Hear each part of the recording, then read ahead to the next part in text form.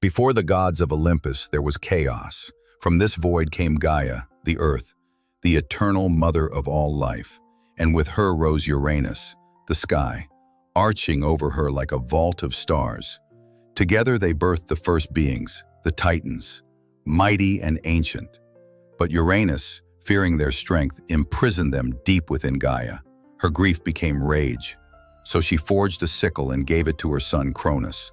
With one strike, Uranus fell, and the reign of the Titans began. But power breeds fear. Cronus, warned that his own child would overthrow him, devoured each newborn whole, until his wife Rhea hid the last child, Zeus, on the island of Crete, replacing him with a stone. Cronus swallowed the stone, never knowing the truth. When Zeus grew strong, he forced Cronus to disgorge his swallowed children, Hades, Poseidon, Hera, Demeter, and Hestia. Together, they waged the Titanomachy, a war that shook the heavens. The Titans fell, Olympus rose, and so began the age of the Olympians, 12 gods whose names echo through eternity. First among them, Zeus, king of the gods, ruler of Mount Olympus, lord of the skies, and wielder of the mighty thunderbolt.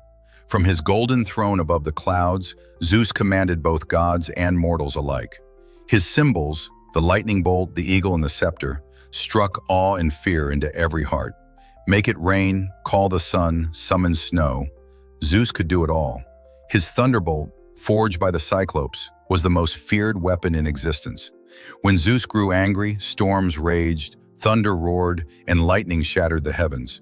When he was pleased, the skies cleared, the sun warmed the earth, and rain brought life to the fields. Every gust of wind, every fall of snow, his will shaped them all. He was protector, punisher, lawgiver, and sometimes a prankster. When heroes sought glory or mortals tempted fate, Zeus stood at the heart of every tale, balancing justice, deciding destinies, and keeping chaos just barely contained. Zeus was not merely king of the gods. He was the storm of the universe, the eternal sky, the power behind every myth. Yet Zeus was more than a stormbringer. He was a protector, a guardian of homes, and a patron of hospitality. To mistreat a guest was to risk divine wrath. But even the god of justice was not beyond temptation. For all his power, Zeus was infamous for his passions. His heart, and often his cunning, strayed far from his queen, Hera. Through countless affairs, with goddesses, nymphs, and mortal women, Zeus fathered a lineage that shaped the very fabric of myth. Athena, born from his mind in a blaze of light, Apollo and Artemis, radiant twins of sun and moon, Hermes, the swift-footed messenger, Persephone, future queen of the underworld. Even Dionysos, god of wine, sprang from Zeus's spark and a mortal mother. And from mortal unions came heroes, Hercules, Perseus, and Helen of Troy, each bearing the weight of divine blood, and Hera's unyielding jealousy. Beside Zeus stood his queen, Hera, goddess of marriage, women, and the sanctity of family. Majestic, proud, and relentless, Hera was the protector of weddings, childbirth, and the bonds of home. To every bride in ancient Greece, Hera was the one to pray to, for a blessed union, safe childbirth, and harmony under one roof. Her symbols were as regal as her nature: the cow, the pomegranate, and the proud peacock with eyes like stars upon its feathers. Called cow-eyed in her beauty, Hera was revered as the chief goddess of Olympus, wealthier even than Zeus, and second to none in dignity. In Rome, she was known as Juno, Queen of Heaven. But Hera's reign was shadowed by one bitter truth: her marriage to Zeus, the most unfaithful husband in myth. While mortals prayed for her blessings, Hera herself endured betrayal after betrayal, and though she could not strike down the king of the gods, she turned her wrath upon those who strayed into his embrace, and the children born from his lust. She hounded Io, one of Zeus's lovers, transforming her into a heifer and setting the 100-eyed giant Argos to guard her. She barred Leto, pregnant with Apollo and Artemis, from finding a place to give birth, leaving the goddess to wander in agony. And when Zeus fathered Hercules, Hera's vengeance was merciless. She sent serpents to kill the infant in his cradle, but the child crushed them with his bare hands. Years later, Hera drove him into madness, making him slay his own wife and children, the crime that cursed him to his 12 labors. Hera was not a goddess of brute force. Her strength was in cunning, in patience that never forgot. She was the original fury, relentless in revenge. And yet, for those who honored her, Hera could bless marriage and motherhood with unmatched grace. Queen of the gods, majestic and dangerous, Hera's love was protection and her hatred, destruction. From the depths of the endless blue rose Poseidon, Zeus's brother, lord of the seas and shaker of the earth. When the three sons of Kronos defeated their father and claimed the cosmos, they cast lots to divide the world. Zeus took the skies, Hades the underworld, and Poseidon claimed the oceans, 70% of the earth, a kingdom without borders.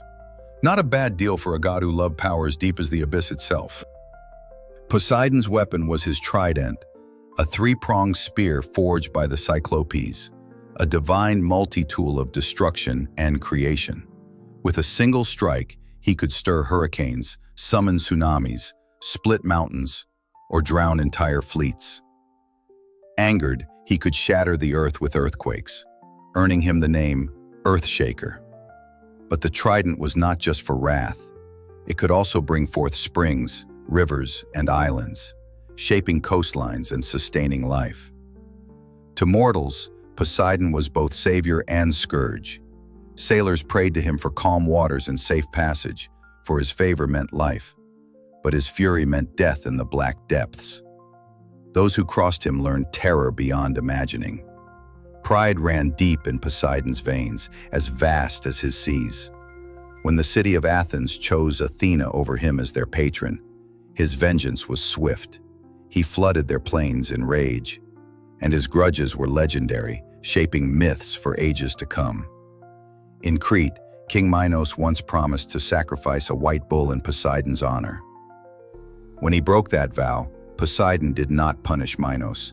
He punished his wife, making her fall in love with the beast. From that cursed union came the Minotaur, a creature of nightmare born from a god's grudge.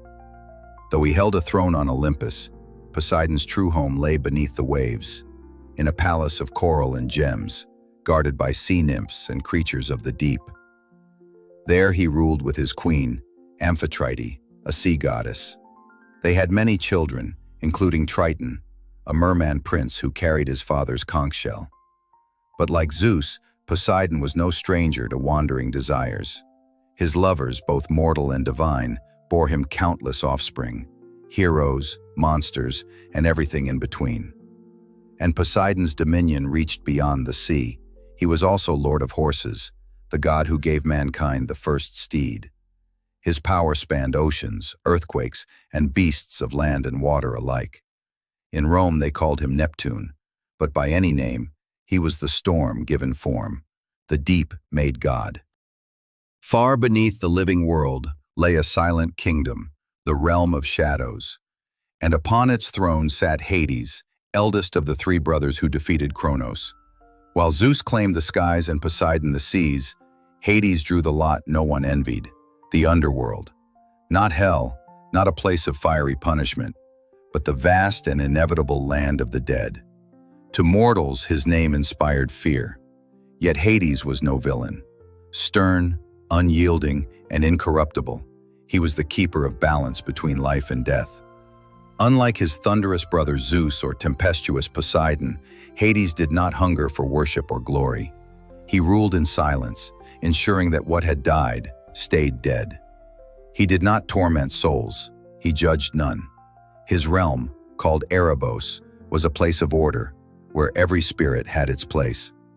But make no mistake, entering was no simple feat. The dead crossed the black waters of the Styx, ferried by the grim boatman Charon, who demanded payment in coin. Those who could not pay wandered the shores forever. Beyond the Styx waited Cerberus, Hades' loyal three-headed hound, jaws like iron gates, guarding the world of shades. Beyond the gates, the dead faced judgment, not from Hades, but from three silent judges who weighed their lives. The noblest were granted Elysium, a paradise of endless spring. The ordinary souls drifted into the asphodel meadows, a gray eternity without joy or sorrow. And the wicked? They descended to Tartarus, a pit of torment deeper than the earth, where even titans lay shackled in eternal darkness. Hades ruled with dignity, but his image was shadowed by myth and fear. He owned treasures few could rival: the helm of invisibility, a gift from the Cyclops, and Cerberus, his monstrous guardian. Yet for all his wealth and power, Hades lived apart, rarely setting foot on Olympus, shunned by those who feared his touch.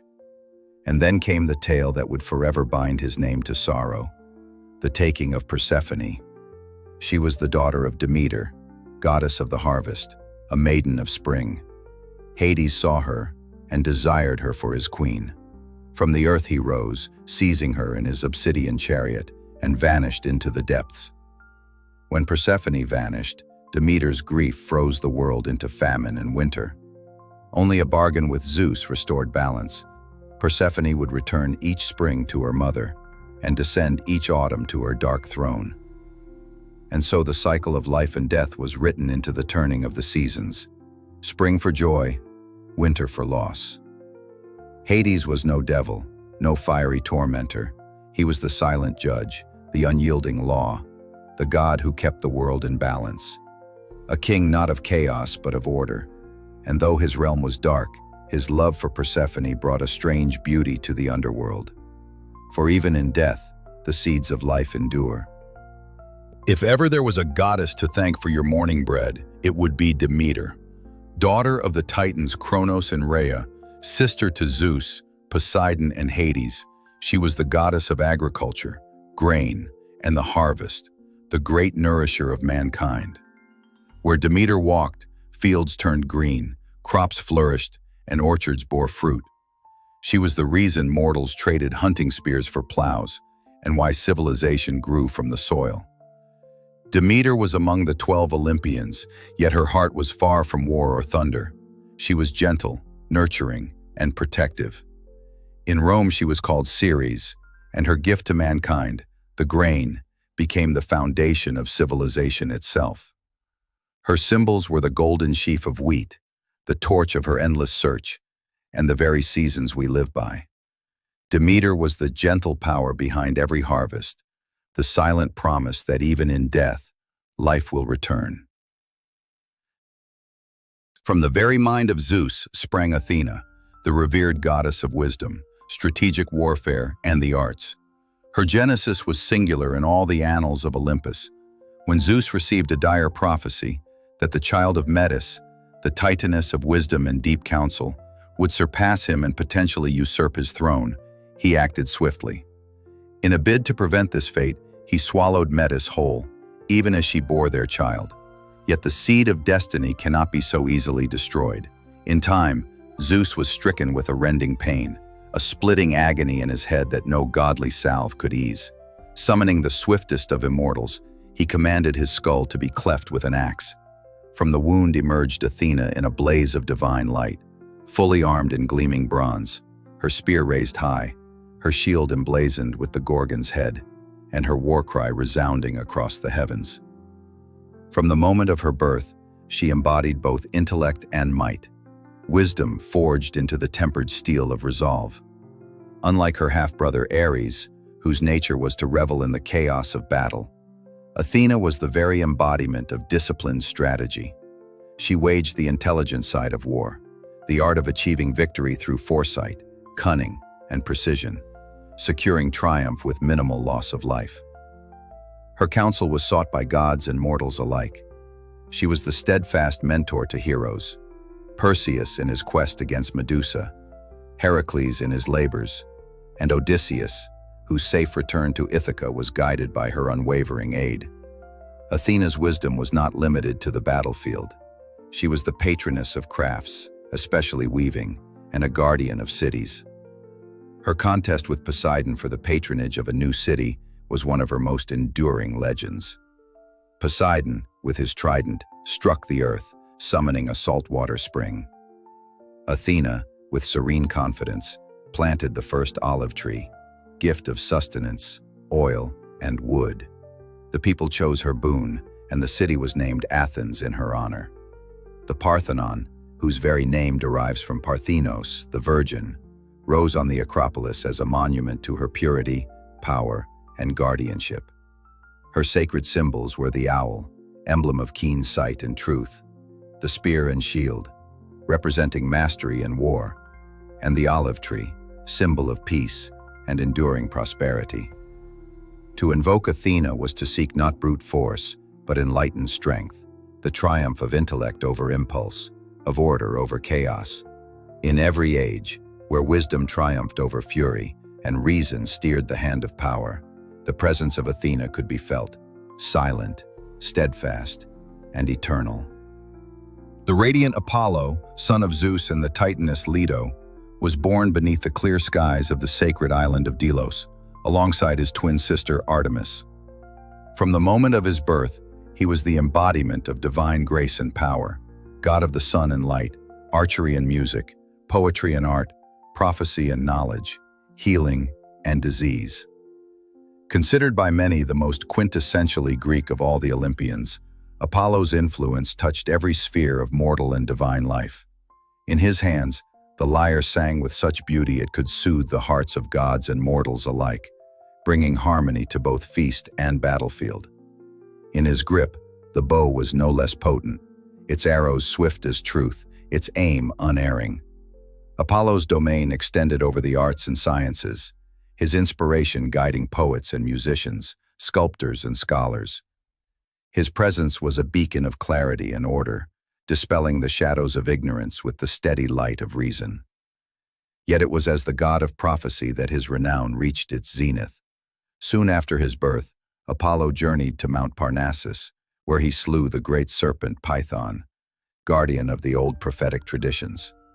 Upon its fall, he claimed the site as his own, establishing the famed oracle of Delphi, whose priestess, the Pythia, became the most sought-after voice of divine counsel in the ancient world. The temple at Delphi, like his earlier sanctuary on Delos, was revered as a center of truth and guidance, a place where kings, generals, and commoners alike came to seek his wisdom. Artemis, daughter of Zeus and the Titaness Leto, was the immortal embodiment of the untamed wild. Twin sister to Apollo, she ruled the moon, the hunt, and the vast wilderness, standing as guardian of nature's balance and protector of maidens. While her brother brought the light of day, she was the silver glow of night, a divine counterpart in the eternal rhythm of sun and moon, civilization, and the wild. Fierce and unyielding, Artemis roamed forests, mountains, and untrodden glades, bow in hand, quiver on her back, and the cool air of the hunt ever at her side. She was the divine patron of hunters and the sovereign of wild animals, yet her dominion was not one of chaos. She oversaw the harmony between predator and prey, ensuring that nature's law was neither broken nor abused. Her sacred creatures included the deer, swift and graceful as her own movements, and the bear, a symbol of both nurture and ferocity. In her sanctuary at Brauron in Attica, young girls, called Arctoi, or little bears, served in her honor, learning the ways of discipline, purity, and respect for the natural world. Though untamed, Artemis was also a goddess of protection. She watched over young girls and presided over childbirth, her silver arrows as capable of granting swift mercy as delivering death. She was revered as a virgin goddess, fiercely guarding her independence and purity. This resolve became legend when the hunter Actaeon, by ill fortune, stumbled upon her bathing. In a flash of divine wrath, she transformed him into a stag, and his own 50 hounds tore him apart, a grim reminder that to trespass upon the sacred was to invite destruction. Her symbols, the silver bow, the deer, the cypress tree, spoke of her connection to the wilderness and the moonlit hunt. In war, Artemis's allegiances could be as wild as her spirit. During the Trojan War, she lent her favor to the Trojans, standing in defiance of many among her kin. Known to the Romans as Diana, Artemis was both beauty and fury, grace and vengeance. Wild as the forests she ruled, steadfast as the moon she guided across the night sky. To walk beside her was to share in nature's strength. To stand against her was to face the full might of its wrath. Ares, son of Zeus and Hera, was the embodiment of war's raw, untamed fury. Where Athena ruled the battlefield with wisdom and strategy, Ares reveled in the chaos, the crash of shields, the roar of armies, and the hot sting of blood in the air. He was the god of violence in its purest form, the primal rage that cared nothing for honor or reason. Hot-tempered and impulsive, Ares was quick to leap into battle, often more eager for the fight than concerned with victory. He represented the senseless slaughter and brutal clash that marked war at its most savage, diving headlong into combat simply for the thrill. Yet his ferocity was often matched by misfortune. He was beaten by mortals, trapped in a bronze jar by giants, and humiliated on the field by his half-sister Athena. Even his own father Zeus once declared that, were Ares not his son, he would cast him out of Olympus entirely. Though unpopular among gods and mortals alike, Ares remained a force of nature, physically unstoppable, master of every weapon, and an inevitable presence wherever war raged. His symbols, the spear, shield, and the wild boar, reflected his brute strength and untamed spirit. Infamy clung to him not only for his violence, but for his passions. His most notorious affair was with Aphrodite, goddess of love and wife of Hephaistos. When the lovers were caught in an unbreakable net by the cunning smith god, the Olympians gathered to mock their humiliation, and Ares's pride suffered as greatly as his reputation. In the Trojan War, Ares fought on the side of Troy, yet even there he was wounded and driven from the field by the hero Diomedes with Athena's aid. For all his might, the god of war was as vulnerable to defeat as he was addicted to the fight. To the Greeks, Ares was a necessary evil, the brutal cost of conflict made flesh. To the Romans, he became Mars, more honored and disciplined, a protector as well as a destroyer. But in the Greek mind, he remained what he always was, rage made divine, the heartbeat of battle itself. From the shimmering sea foam she arose, Aphrodite, goddess of love, beauty, and desire. According to the most famous tale, she was born when Cronus cast the severed genitals of Uranus into the ocean, and from the frothing waves near Cyprus emerged a goddess fully grown, radiant beyond compare. In other traditions, she was counted as a daughter of Zeus. Whatever her origin, her beauty was unmatched, her presence irresistible, and her influence boundless. Aphrodite was more than a vision of perfection. She was a force of nature, the divine hand guiding passion, longing, and attraction among gods and mortals alike. With a glance, she could inspire devotion or jealousy, and with a word she could shape the fate of kingdoms. Her symbols, the rose, the mirror, the dove, spoke of beauty's allure, while her true power lay in her ability to ignite both love and strife. Though wed to Hephaistos, the god of fire and craftsmanship, their marriage was one of mismatched natures, beauty bound to the forge. Aphrodite's heart and her desires often strayed. Among her many liaisons, her most famous affair was with Ares, god of war, a union of passion and fury that became legend. When the lovers were caught in Hephaistos' cunning net and mocked before all Olympus, Aphrodite's dignity was tested, yet her allure remained undimmed. Her influence was not without consequence. In the myth of the judgment of Paris, she promised the Trojan prince the most beautiful mortal woman, Helen of Sparta, in exchange for his choosing her as the fairest goddess over Hera and Athena. Helen's abduction set the Trojan War into motion, proving that the spark of desire, once lit, can burn nations to ash.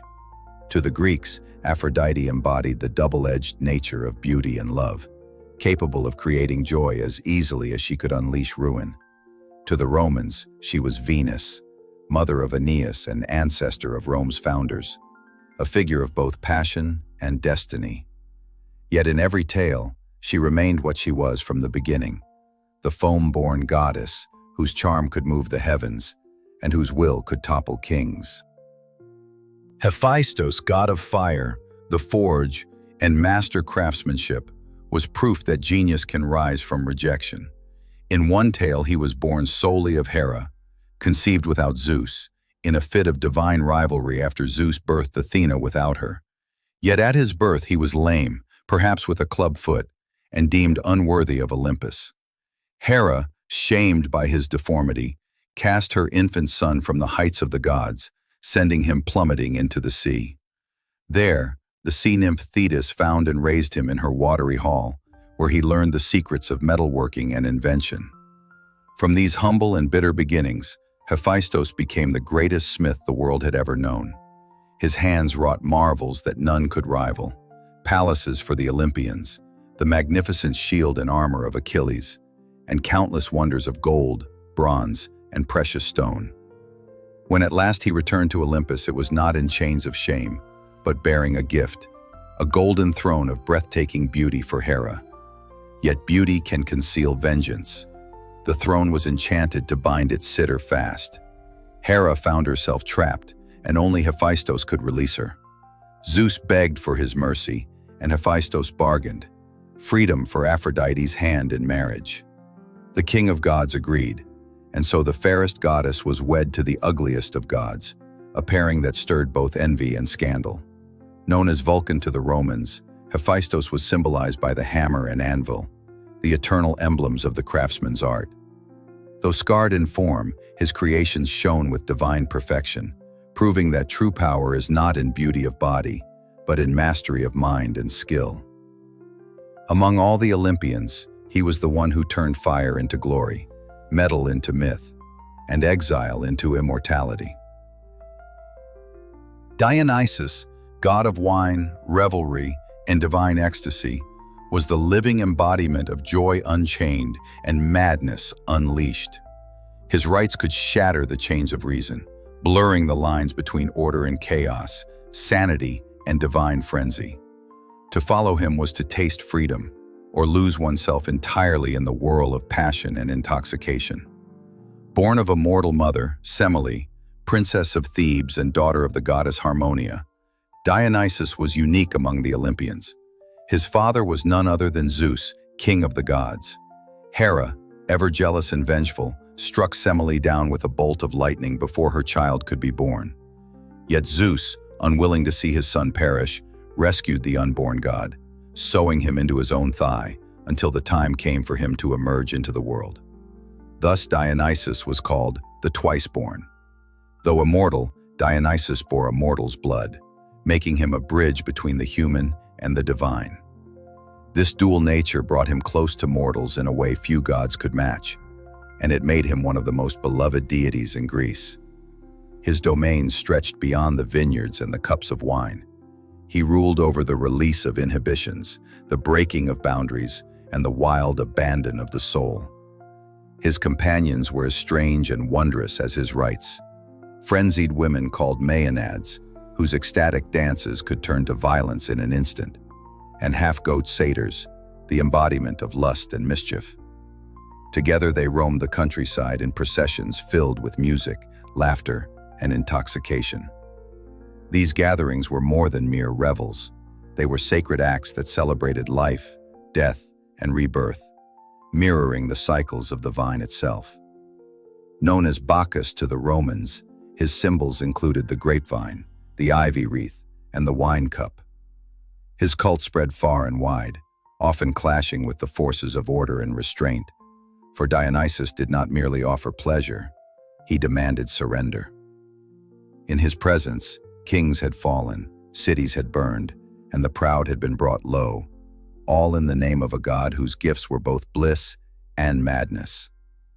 To honor Dionysus was to embrace the truth that joy and chaos are twins, and that in the taste of wine, one might find the divine. Hermes, swift of foot and cunning of mind, was the messenger of the gods, the tireless herald of Zeus, and the very embodiment of movement, change, and cleverness. Born to Zeus and the nymph Maia upon the slopes of Mount Kilian, he was destined from the first breath to wander between worlds, mortal and divine, light and shadow, bearing tidings, secrets, and the will of Olympus itself. Equipped with his unmistakable winged sandals, winged cap, and the golden rod of authority, the caduceus, Hermes could traverse the realms faster than the wind, no gate holding him, no boundary binding him. Known to the Romans as Mercury, he was far more than a mere courier.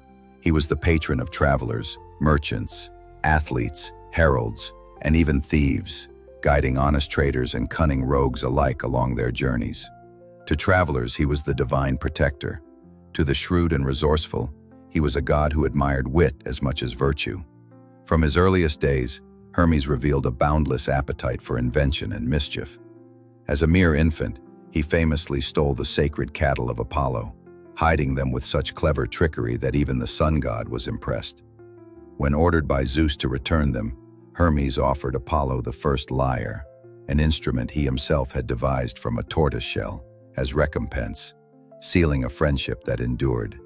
His gifts to humankind were as numerous as his roles. The Greek alphabet, numbers, astronomy, boxing, and gymnastics were all said to be born from his restless ingenuity. In him, the spark of innovation and the delight of the trickster were inseparable. Hermes could charm with a silver tongue, soothe with his wit, or confound with his schemes, sometimes all at once. He was a constant presence in the myths, often as the unseen hand ensuring events moved according to divine design. Whether guiding the souls of the dead to the underworld, delivering Zeus's commands across the world, or slipping unseen through guarded halls, Hermes was a god of transitions, between places, states, and truths. To honor Hermes was to honor adaptability, intelligence, and the art of seizing opportunity. He was the fleet-footed link between the realms, the eternal traveler whose cleverness knew no bounds. These were the Olympians, the immortal rulers of myth and time. Their loves and rivalries, their triumphs and flaws, still echo through the ages. For gods may fade from temples, but in story, they live forever.